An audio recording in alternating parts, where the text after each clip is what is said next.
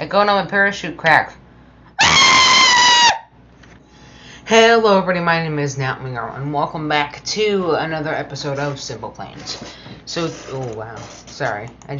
When it's recording, it's a lot slower, and it's really distracting, because when I'm getting, I got used to when it's smooth, and when I see it go slowly like that, it's just really distracting. So I built a lot more regional airliners since the last time.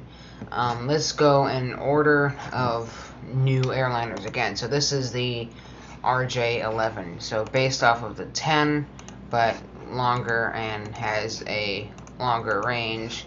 See, it's like up 40% here and here. So this plane, there's nothing really special about it, so there's no reason for me to fly it, but I'm going to do it anyway because you can't tell me what to do. This plane rotates at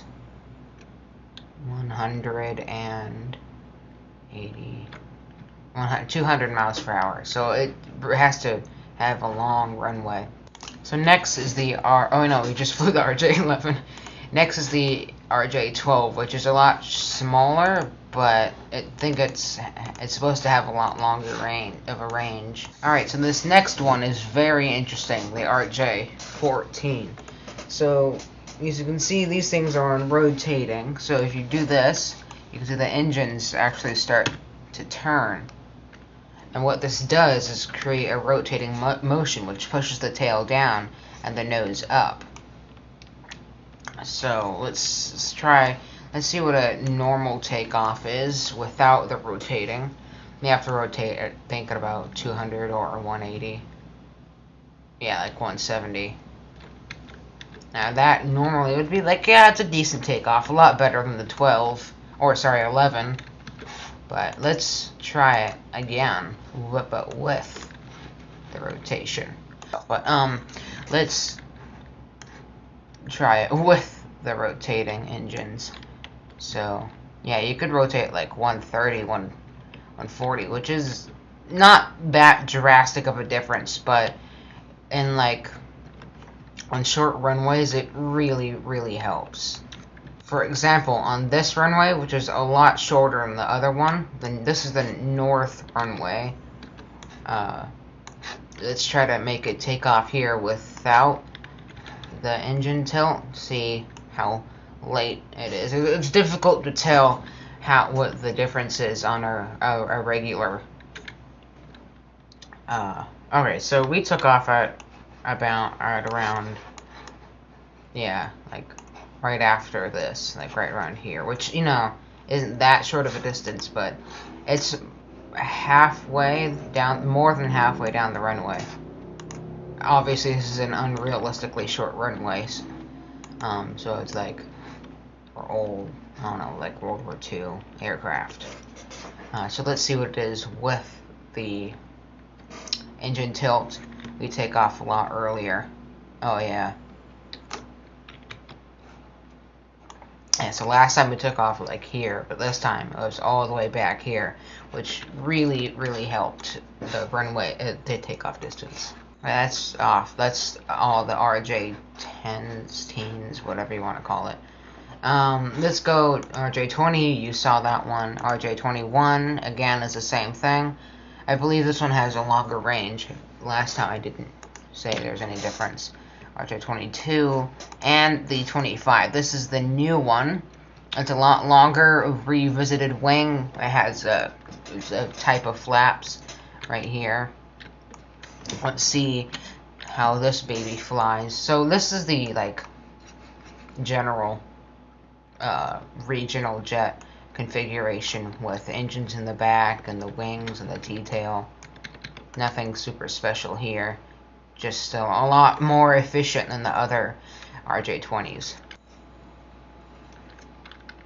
And next is the RJ30. Again, this is built for a really short runway. So I have this. It's really dark. I don't like that. There's another version, the RJ31, which only has 2 engines. And let's compare these two. See how much of a difference that makes. So let's say, when are we taking off? Alright, right here. It's really a really good takeoff distance, right? From there to here. That's awesome. And that was due to my 4 engines giving me a awesome acceleration rate. It cannot be comfortable. But if we take the RJ31, see, it only has 2 engines. If it only has 2 engines, let's see when it takes off now. So I'm going to hold it here.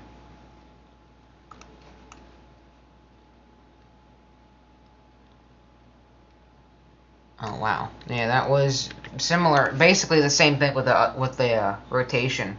Last time it was like here, and this time it was like over there. So if you enjoyed this episode, please consider liking and subscribing, because you know, why not? This is the Dash X. Only difference here is that it has speed brakes and on the inside 2 engines, which looks like reverse thrust, but obviously it isn't.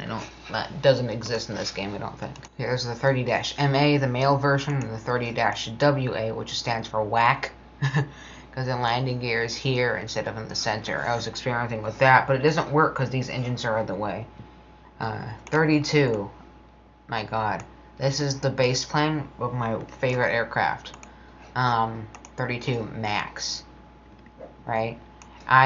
You know the 32-P, right here, when I made the Max, the RJ32 Max. Oh my god, I love the Max version of this airplane. I'm not entirely sure why. It has a nose down, which it's a bad idea, because then it just, the rotation is really unstable when it has the pitch down. So there's a bunch of Maxes. It's not in order. I don't arrange this. You can't change the order in which the aircraft is, which is really irritating because these aren't in order. So there's the Max. Is there the Max 2? Max 2 with the T-tail design. Max 3 back on the regular design. Max 4, it's slightly longer and has this thing. I think the Max 5. Yeah, the Max 5 is the same thing without this in the front. And the reason why on the RJ32 Max 5, oh yeah, it has new engines. On the RJ32 Max 5, which is what we're in now, when you suddenly pitch down in air, you go into an uncontrolled dive, just like what's seen on the other propeller aircraft earlier in this series. Oh, this is the Max 5, Max 6. This has a new wing. It's nothing that special. New wing. A Max 7. What's here? Oh yeah, new and improved landing gear. Max 8. Longer fuselage. Max 9. And this is the most recent version. I know you see the Max 10, but that's a work in progress. I'm not entirely done with that. So let's go through the startup procedure. Startup engine 1, startup engine 2.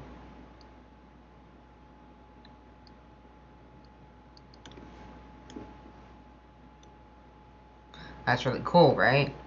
And obviously this airplane has a lot bigger propellers than the regular -P. So it has activation groups, of course, and lights. That is a new thing on the 32 series. So here are the taxi lights. Here are the landing lights. And under here you can see the runway turn-off lights right here. And anti-collision lights.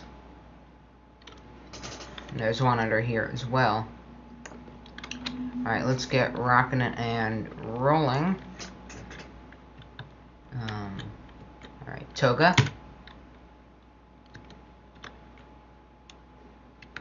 So the RJ32 Max 8 has a extremely big long range.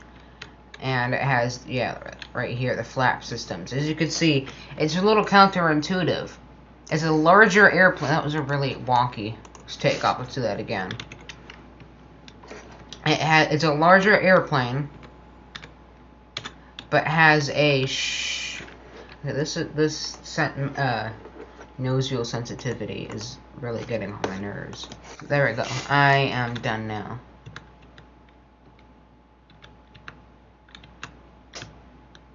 I'm not sure why, but it's veering to the right.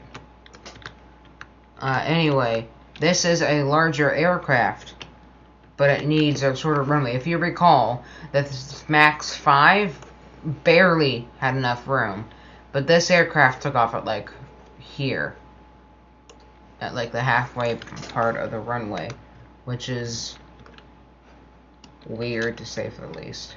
Alright, I'm done with the 32 line now, because RJ32. Now let's move on to the RJ30.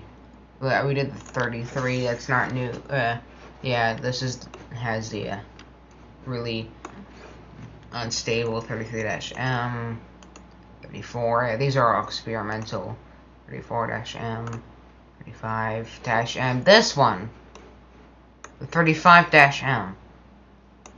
This is the good model. I remember this one isn't new, but this is probably my favorite airplane that isn't the 32 Max. So the RJ40. This doesn't look like a regional jet, and that's because it's not really a regional jet. You see the NA40? I'm not going to click on it. It looks absolutely terrible and embarrassing. So this aircraft of mine is designed to rival the Boeing 737 and the Bombardier C Series, or also known as the Airbus A220. Wings are a little bit far to the back, in my opinion. It's in the private livery. Oh yeah, this one also has lights, which is unorthodox, if that's the right word. And here's the regular, and then the landing lights down here. Alright, so I left a couple of the RJ32s out. Here's the MIHL, which is, I think, Hyper Launch. I did the 727 Nightwinger, Nightwinger 2, Nightwinger 3, and the DB Cooper. This isn't realistic because the real plane had its landing gear down, but